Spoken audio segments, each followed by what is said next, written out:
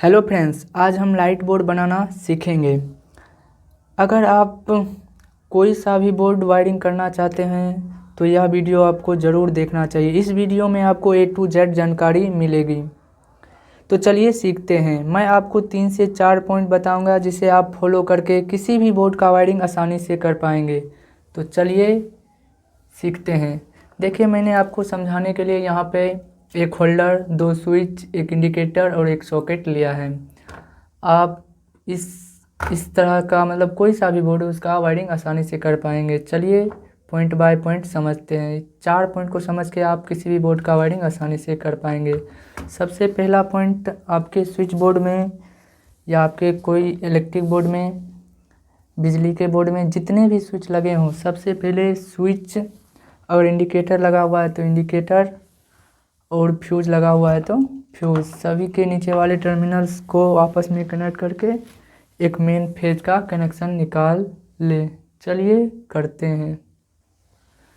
इस तरह से देखिए, यहाँ पे इस बोर्ड में एक स्विच, दो स्विच और एक इंडिकेटर लगा हुआ है तो तीनों के नीचे वाले टर्मिनल में सबसे पहले हम फेज का कनेक्शन करके एक मेन फेज वायर निकाल लेंगे। आपके बोर्ड में जितने 2 स्विच लगे हों या 3 स्विच लगे हों या कितने भी स्विच लगे हों, सबसे पहले आप स्विच के नीचे वाले टर्मिनल में, और इंडिकेटर लगा हुआ है तो इंडिकेटर में भी फेज का कनेक्शन दे दें, और जैसे फ्यूज रहता है, फ्यूज लगा है तो फ्यूज में भी नीचे टर्मिनल में फ्यूज में भी कनेक्शन दे दे फेज का, और मेन फेज का वायर एक निकाल ले। जैसे कि यहाँ पे इस बोर्ड में 2 स्विच और एक इंडिकेटर लगा हुआ है तो दोनों स्विच के नीचे वाले टर्मिनल और इंडिकेटर के नीचे वाले टर्मिनल में इस तरह से वायर को कनेक्ट करके एक्स्ट्रा वायर को कट कर देंगे, और एक मेन फेज का वायर इस तरह से रेड वायर का या किसी भी कलर का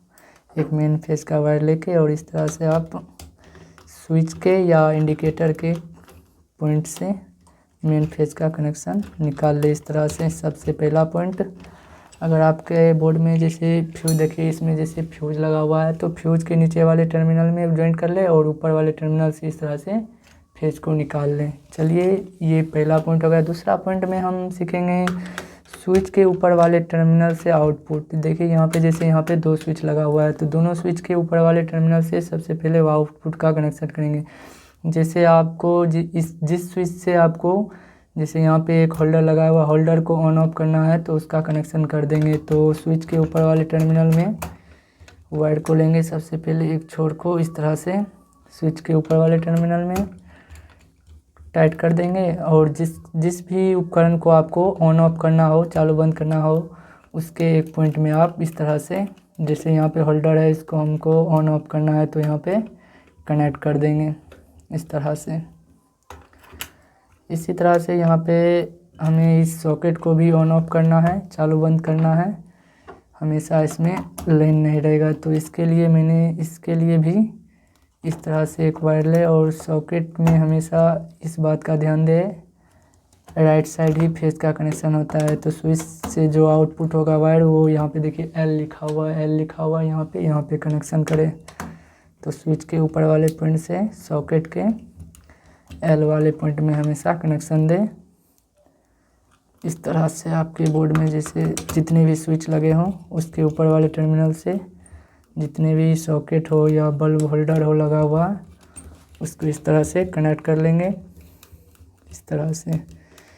ये पॉइंट नंबर 2 हो गया। पॉइंट नंबर 3 में हम न्यूट्रल का कनेक्शन करेंगे। तो न्यूट्रल का कनेक्शन हमेशा याद रखें, इंडिकेटर में, सॉकेट में और होल्डर में होता है सिर्फ, और स्विच में न्यूट्रल का कनेक्शन नहीं होता है। तो चलिए न्यूट्रल का कनेक्शन करते हैं। देखिए यहाँ पे जैसे एक सॉकेट लगा हुआ है तो सॉकेट के N वाले टर्मिनल में, देखिए यहाँ पे N लिखा हुआ है, N वाले टर्मिनल में हम सबसे पहले वायर को कनेक्ट कर लेंगे।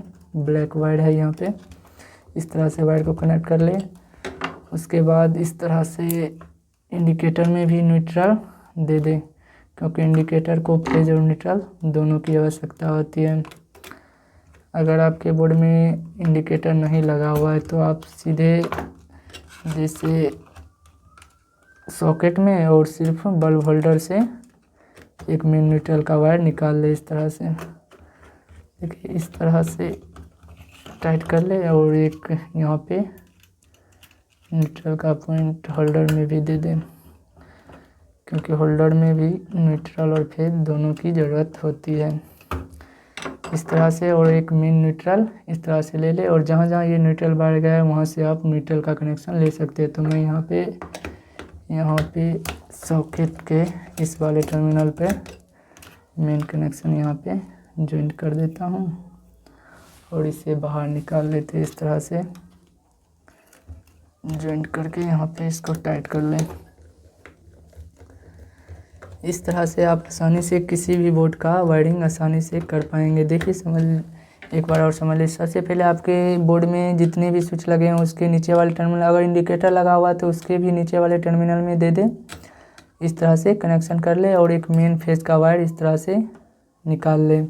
दूसरा पॉइंट, स्विच के ऊपर वाले टर्मिनल से सॉकेट हो या बल्ब होल्डर हो उसका कनेक्शन कर दे।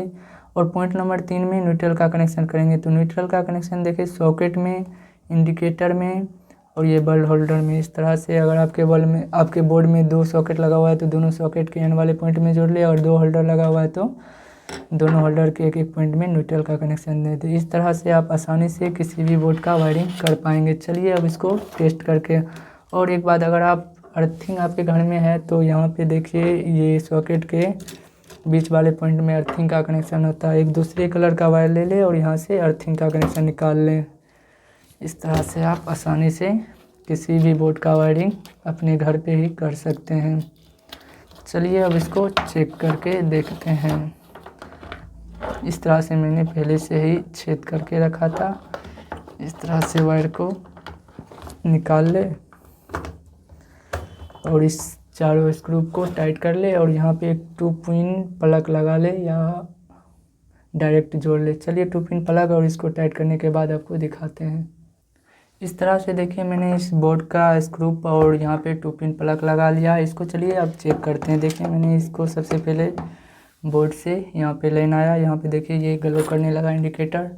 और जब हम इस सॉकेट में और जब स्विच को ऑन करेंगे तो ये बल्ब ग्लो करेगा, और जब इसको ऑफ कर देंगे तो ये बंद हो जाएगा। इस तरह से अपना स्विच वर्क करेगा।